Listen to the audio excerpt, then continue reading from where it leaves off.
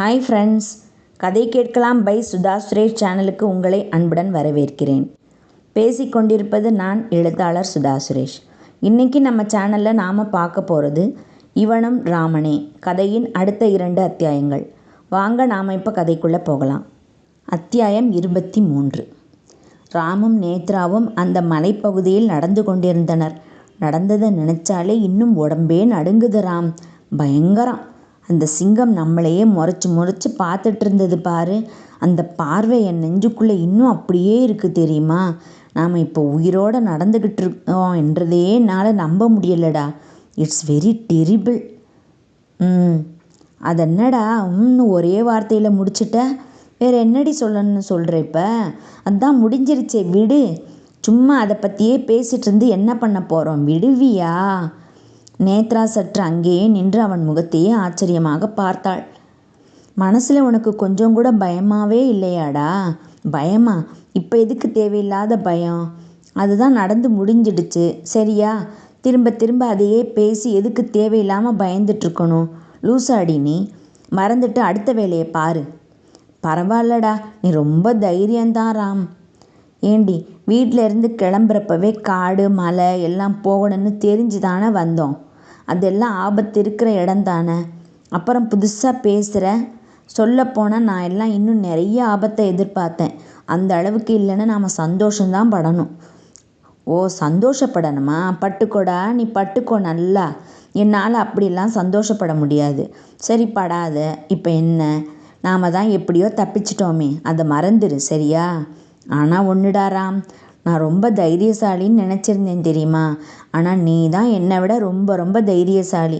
அந்த சிங்கம் உன்னை நோக்கி தான் பாஞ்சிச்சு. ஆனால் நீ என்னடான்னா ரொம்ப அசால்ட்டாக கூலாக பேசுகிற. அந்த நேரத்தில் கூட நீ அது கூட ஃபைட் பண்ணுறதுக்கு ரெடியாக நின்றுட்டு இருந்தியேடா. Really you are great Ram. தைரியசாலின்னா அது நீயோ நானோ கிடையாது. அந்த சிங்கத்தை கடைசி நேரத்தில் அம்பு விட்டு சாச்சா பாரு, அந்த பொண்ணு மல்லி, பவள மல்லி. அவள் தான் தைரியசாலி பொண்ணு. அவள் தான் கிரேட். ஆமாடா, கரெக்டாக நீ சொல்கிறது. அவளோட நட பேச்சு எல்லாத்துலேயும் அவளோட வீரமும் தைரியமும் தான் தெரிஞ்சது. சரி, இப்போ அந்த பேச்சு விடு. நாம் இந்த மலையில் எடுக்க வேண்டிய மூலிகை பேர் என்ன? அது இங்கே எங்கே இருக்குது? ஞாபகம் இருக்கா உனக்கு? அது தான் ஆரம்பிக்கொண்டா. பேர் கரெக்டாக ஞாபகம் வரல. நடந்த கலேபரத்தில் எல்லாமே எனக்கு மறந்து போச்சு. எனக்கும் மறந்து போயிடுச்சு. சரி வா, அந்த இடத்துல உட்கார கொஞ்சம் வசதியாக இருக்குது. அங்கே போய் உட்கார்ந்து அந்த மேப்பை பார்ப்போம் வா. இருவரும் அந்த இடத்தை நோக்கி நடந்தார்கள். அதை அடைந்ததும் அமர்ந்து கொண்டனர். இருவரும் தாகத்திற்கு முதலில் தண்ணீர் குடித்து கொண்டனர். பிறகு அந்த வரைபடத்தை எடுத்து விரித்தான் ராம். சிறிது நேரம் இருவரும் அமைதியாகவே அதை பார்த்து கொண்டிருந்தார்கள். இன்னும் ரொம்ப தூரம் நாம் நடக்கணும் போல காட்டுதா இது? ஆமாடா, இருக்கும்ல. பின்ன இப்போ தானே ஏறி மேலே வந்தோம். வந்த உடனே இல்லை வர்றப்பவே பிரச்சனை ஆரம்பிச்சிடுச்சே. அது முடிஞ்சு நாம் இன்னும் நடக்கவே ஆரம்பிக்கலையே. இப்படியே ரொம்ப தூரம் நடந்தப்புறம் இங்கே ஏதோ ஒன்று இருக்கு பாரு. இது என்னன்னு உனக்கு தெரியுதா? ராம் வரைபடத்தில் காட்டிய இடத்தை உற்று பார்த்தாள் நேத்ரா. இது ஏதோ ஒரு குகை மாதிரி இருக்கு ராம், பாரு, இல்லையா? எஸ், அது என்னன்னு எனக்கு சரியாக தெரியலை. அது குகை தான். Yes, correct. அந்த குகைக்குள்ளே தான் நாம் தேடிட்டு வந்த அடுத்த மூலிகை இருக்குது. அந்த மூலிகை பேர் என்னன்னு பாரு. அதில் எழுதியிருந்த மூலிகைகள் அடங்கிய அந்த பாடலை பார்த்தனர். இதோ இங்கே இருக்குது, தழுதாழை. இதுதான் அடுத்த மூலிகையோட பெயர். சரி, நாம் இப்போ நடக்க ஆரம்பிக்கலாமா? ஆமாம், கிளம்பலாம். இருவரும் மீண்டும் நடக்க தொடங்கினர். அந்த குகை இருக்கும் இடத்திற்கு வந்து சேர அவர்கள் 4 மணி நேரம் நடக்க வேண்டியதாக இருந்தது. இதோ குகை இங்கே இருக்குது. ஏன் நேத்ரா, இதுதான் அந்த குகைன்னு நினைக்கிறேன். ஆமாராம், இதுதான். இருவருக்கும் மனதில் உற்சாகம் கரை புரண்டது. வா, உள்ளே போகலாம். இருவரும் உள்ளே நடந்தனர். ஒரே இருட்டு பரவி இருந்தது அவ்விடத்தில். ஒரே இருட்டாக இருக்கே ராம், கண்ணே தெரியலை. டார்ச் லைட்டை கையில் எடுத்து கொண்டான் ராம். அம்மா! திடீரென கத்தினாள் நேத்ரா. ஒரு எலி அவள் பக்கத்தில் பாய்ந்து ஓடியது. ஏண்டி இப்போ கத்துன? இதோ இந்த எலியால் தாண்ட கத்துன. டார்ச்சின் உதவியால் அந்த வெளிச்சத்தில் நடந்தனர். சிறிது தூரம் நடந்து சென்ற பிறகு அந்த இடம் நன்றாக சூரிய வெளிச்சத்துடன் பிரகாசித்தது. டார்ச் லைட்டை அணைத்தான் ராம். அது எந்தவித தடுப்பும் இல்லாமல் வெட்ட வெளியாக இருந்தது. சூரிய பகவான் தன் வெளிச்சத்தை அந்த இடம் முழுவதுமாக நன்றாகவே பரப்பியிருந்தார். அங்கு நடுவில் ஒரு குளம் இருந்தது. வட்ட வடிவில், கொஞ்சம் பெரிதாக. தண்ணீரும் அதில் நிரம்பியிருந்தது. நாம் மூலிகையை எங்கேயும் தேட வேணாம் நேத்ரா. பாரு, இந்த குளத்திலேயே இருக்குது பாரு. குளத்தின் நடுவில் தாவடிவில் அவர்கள் தேடி வந்திருக்கும் மூலிகை தழுதாழை அழகாக வளர்ந்து காட்சியளித்தது. ஆமாம், நம்ம கண் எதுக்கு இங்கேயே இருக்கே, எங்கேயுமே தேட வேண்டிய அவசியமே இல்லாமல் போச்சு. சூப்பர்டா. ஆமாடி, நானும் மற்றது எல்லாம் தேடினோம்ல, அந்த மாதிரி இதையும் தேட வேண்டியதாக தான் இருக்கும்னு நினச்சேன். பட் நமக்கு ஏற்கனவே கஷ்டம் கொடுத்ததால இதை கொஞ்சம் ஈஸியாக வச்சுட்டாங்க போல. இருவரும் குளத்தின் அருகில் சென்றனர். சரி, லேட் பண்ணாமல் போடா ராம், போய் அதை எடுத்துட்டு வா. அதுதான் உனக்கு பிரச்சனை இல்லாமல் இருக்கே. இல்லடி, பிரச்சனை வந்துடுச்சு. என்னடா சொல்கிற? பிரச்சனையா? ஆமாம், இங்கே பாரு, இந்த மூலிகை நடுவில் இருக்குல்ல, அதுக்கு அந்த பக்கமாக பாரு. அந்த இடத்தில் ஒரு பெரிய முதலை நீரில் நீந்தி கொண்டிருந்தது. அதற்குள் ராம் மீண்டும் கத்தினான். அங்கே மட்டும் இல்லடி, இன்னும் பாரு, அங்கே பாரு. அந்த குளத்தில் சுற்றியுள்ள இடத்தில் பல முதலைகள் அழகாக நீந்தி கொண்டிருந்தன. இருவரும் அதிர்ச்சி நிறைந்த கண்களை சிமிட்டக்கூட மறந்து பார்த்து கொண்டிருந்தனர். அத்தியாயம் 24.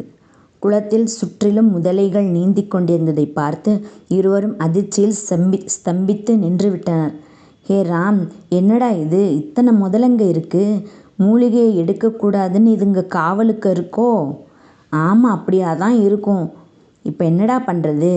நம்மக்கிட்ட இருக்கிற கயரை வச்சு அந்த மூலிகையை இழுத்துருவோமா? அது சரியாக வருமாடா? செஞ்சு பார்த்தா தானே தெரியும். சரி, அப்போ ட்ரை பண்ணு. ராம் தன் பையில் இருந்த கயிற்றை எடுத்து மெல்ல குறிபார்த்து அந்த மூலிகை மேல் எறிந்தான். ஆனால் அது அங்கு போவதற்குள் குளத்து தண்ணீரில் உண்டான சலசலப்பில் அங்கிருந்த முதலை குபீரென்று பாய்ந்து மேல் எழும்பியது. உடனே சட்டென்று கயிற்றை இழுத்து கொண்டான் ராம். டே ராம், பார்த்துடா, பயமாக இருக்குது. பொதுவாக இந்த முதலைங்க என்ன பண்ணும் தெரியுமா? என்ன பண்ணும்? நான் கேள்விப்பட்டதை சொல்கிறேன். சரி சொல்லு.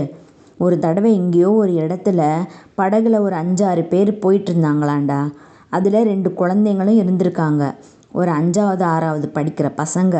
அப்போ அதில் ஒரு பையன் விளையாட்டாக கையை தண்ணியில் விட்டு விளையாடிட்டு இருந்திருக்கான்.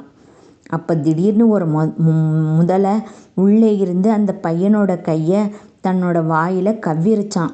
இந்த மாதிரி முதல்ல கையையோ காலையோ கவ்விருச்சுன்னா நாம் என்ன பண்ணாலும், எவ்வளவு கஷ்டப்பட்டு இழுத்தாலும் அதோட பிடியை விடவே விடாதாண்டா. அந்த குழந்தைய அப்படியே அந்த முதலைக்கிட்ட விட்டுட்டு போகிறத தவிர வேறு வழியே இல்லையா அவங்களுக்கு. அவங்களும் அப்படியே விட்டுட்டு தான் வந்தாங்களாம், தெரியுமா? இதெல்லாம் எவ்வளவு கொடுமை. இதுதான் முதலையோட நேச்சராண்டா. ஏய், உண்மையாக தான் சொல்கிறியா இல்லை ஏதாவது அடித்து விடுறியா? இது உண்மைடா. உன்கிட்ட நான் ஏன் அடித்து விடணும்? அந்த முதலை பற்றி இப்படி பெருமையாக சொன்னால் அது என்ன எனக்கு ஏதாவது சம்திங் கொடுக்க போகுதா என்ன? இது நிஜம். அதனால் தெரியாமல் கூட நம்ம கையோ காலோ குளத்துல விட்டுறக்கூடாது. இதை இப்படியெல்லாம் எடுக்க முடியாதுன்னு நினைக்கிறேன் ராம். சரி, அப்படின்னா அந்த மல்லி கொடுத்த வில்லும் அம்பும் யூஸ் பண்ணி அதை சாகடிக்க வேண்டியதான். வேறு வழியே இல்லை. என்ன, கொஞ்சம் கரெக்டாக குறிப்பார்த்து அம்பு விடணுமேன்னு நினச்சேன். அதுவும் இல்லாமல் சுற்றி இத்தனை முதலங்க இருக்குதேன்னு தோணுச்சு. ஆனால் வேறு வழி இல்லை. தன் தோளில் மாட்டியிருந்த வில்லையும் அம்பையும் எடுத்தான் ராம். பார்த்து ராம், அது மூவ் ஆகிட்டே வேற இருக்கு. வில்லில் ஒரு அம்பை வைத்து மூலிகைக்கு கொஞ்சம் அருகில் இருக்கும் முதலையை குறிப்பார்த்தான். அவனுக்கு வில்லில் அம்பு தொடுப்பது என்பது மிகவும் புதிது. இதுவரையில் அவன் அதை கையில் கூட பிடித்ததில்லை. அதனால் அவனுக்கு சற்று பயமாகத்தான் இருந்தது. தொடுக்கும் அம்பு சரியாக போய் பட வேண்டுமே என்று அவனுக்கு தயக்கமாக இருந்தது. ஆனால் முதலைகளை அழிக்க வேறு வழி எதுவும் அவர்களுக்கு இல்லையே. அவற்றை அழித்தால்தானே தங்களுக்கு தேவையான மூலிகையை எடுத்துக்கொண்டு கிளம்ப முடியும். அதனால் மனதில் தைரியத்தை வரவழைத்து கொண்டு துணிந்து காரியத்தில் இறங்கிவிட்டான் ராம். முதலில் மனதில் இறைவனை வேண்டிக் கொண்டான். பிறகு சரியாக குறிபார்த்து அம்பை எய்தினான். அது சரியாக அவன் குறிபார்த்த முதலை மேல் பட்டு அதில் இருந்து குருதி வழிந்தோடியது. அப்போது என்ன ஆச்சரியம்! திடீரென வானத்தில் மேகம் சூழ்ந்து கொண்டது. மின்னல் பளீரென வெட்டியது சப்தமாக. அங்கு உடலில் அம்பு தைத்து குருதி வழிந்தோட கிடந்த முதலை திடீரென மறைந்தது. அதோடு குளத்தில் இருந்த மற்ற முதலைகளும் மாயமாய் மறைந்தன. அந்த இடத்தில் ஒரு ஒளி தோன்றியது. அந்த முதலை இருந்த இடத்தில் பிரகாசமாக ஒரு அழகிய வாலிபன் நின்றிருந்தான். ராமுக்கும் நேத்ராவுக்கும் நடப்பதைக் கண்டு ஒரே ஆச்சரியம். அந்த அதிசயத்தை கண்கள் விரிய பார்த்தபடி அதிர்ச்சியுடன் நின்று கொண்டிருந்தனர். அந்த வாலிபன் ராமை இரு கை கொண்டு வணங்கினான். "வணங்குகிறேன் இளைஞனே." அவன் தன்னை வணங்கியதும் இன்னும் ஆச்சரியம் மேலோங்க அந்த வாலிபனை ஏறெடுத்து பார்த்தான் ராம். "தாங்கள் யார்? என்னை ஏன் வணங்குகிறீர்கள்? இங்கிருந்த முதலை எங்கே?" "அந்த குளத்தில் முதலையாக இருந்தவன் நான்தான். தேவலோகம்தான் என் இருப்பிடம். என் பெயர் மார்த்தாண்டன். இத்தனை வருடங்களாக ஒரு ரிஷியின் சாபத்தால் இப்படி முதலையாக மாறியிருந்தேன். இன்று தங்களால் விமோச்சனம் கிடைக்கப்பெற்றேன். தாங்கள் சொல்வது ஒன்றும் புரியவில்லையே எனக்கு. கொஞ்சம் விளக்கமாக சொல்கிறீர்களா?" "பல வருடங்களுக்கு முன் ஒரு முறை நானும் என் நண்பர்களும் வழக்கம் போல் தேவலோகத்தில் இருந்து பூமிக்கு வந்திருந்தோம். சிறிது நேரம் விளையாடிக் கொண்டிருக்கலாம் என்று. அப்போது பாதை தவறி ஒரு காட்டிற்குள் சென்று விட்டோம். அங்கு நண்பர்களுடன் ஓடிப்பிடித்து விளையாடும் போது தெரியாமல் ஒரு மண்புதர் மேல் மோதிவிட்டேன். நான் மோதியதில் அது சுக்குநூறாக சிதறிவிட்டது.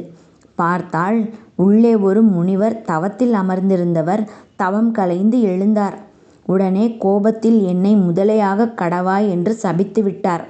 இனி நான் என்னுடைய இந்த ஜென்மம் முழுவதும் உயிரோடு இருக்கும் வரை முதலையாகவே இருக்க வேண்டும் என்றும் மீண்டும் பழையபடி இந்த வாலிப உருவம் அடைய முடியாது என்றும் சபித்து விட்டார். பிறகு நான் அவரிடம் மன்னிப்பு கேட்டு கெஞ்சி மன்றாடினேன். நான் தெரியாமல் செய்த தவறுதான் இது என்று கேட்டுக்கொண்ட பிறகுதான் மனம் இறங்கி இந்த குளத்தில் இறக்கும் இந்த மூலிகைக்கு காவலாய் இருக்க வேண்டும் என்றும் இந்த மூலிகைக்கு சொந்தக்காரரான மானிடன் ஒருவன் அதை அடைவதற்கு எப்போது வருகிறானோ அப்போது அவன் எறியும் அம்பு என்னை தைத்து குருதி வெளியேறினால் மட்டுமே உனக்கு விமோச்சனம் கிடைக்கும். அதுவரை நீ முதலையாகவே இருக்க வேண்டும் என்று கூறிவிட்டார். அந்த விமோச்சனம் எனக்கு இன்றுதான் தங்கள் மூலம் கிடைத்தது. நானும் என் பழைய உருவத்தை அடைந்தேன். மிக்க நன்றி இளைஞனே." அவன் இவ்வளவு நேரம் கூறியதை அதிசயத்துடன் மெய்மறந்து கேட்டு கொண்டிருந்தனர் ராமும் நேத்ராவும். "இதோ இந்த மூலிகை உங்களுக்குத்தான். எடுத்துக்கொள்ளுங்கள். நான் புறப்படுகிறேன் இளைஞனே. தங்களுடைய இந்த உதவியை நான் என்றும் மறக்க மாட்டேன். தங்களுக்கு எப்போதாவது என் உதவி தேவைப்பட்டால் என்னை மனதில் நினைத்தால் அக்கணமே நான் தங்கள் எதிரில் நிற்பேன். நான் வருகிறேன்." உடனே அங்கிருந்து மறைந்தான் அந்த தேவலோகத்து வாலிபன். இருவரும் இன்னும் வியப்பு அகலாதவர்களாய் இருந்தனர். "டேய் ராம், என்னடா இது? என்னென்னமோ எல்லாம் நடக்குதே. உன்னால் விமோச்சனம் எல்லாம் கிடைக்குதுன்னு சொல்கிறாங்க. உண்மையிலே நீ யாரு? என் நண்பன் ராம் தானா? இல்லைன்னா ராம் உருவத்தில் இருக்கிற வேற யாரோவா?" "ஏய் லூஸ் மாதிரி பேசாதடி. இந்த மூலிகை எடுத்துகிட்டு வர சொல்லி நம்மளை ஒரு சித்த வைத்தியார் சொன்னார் பாரு, அனுப்புனார் பாரு. அவருக்கு தான் ஏதோ எக்ஸ்ட்ரா பவர் இருக்குன்னு நினைக்கிறேன். சரி, எப்படி இருந்தா என்ன?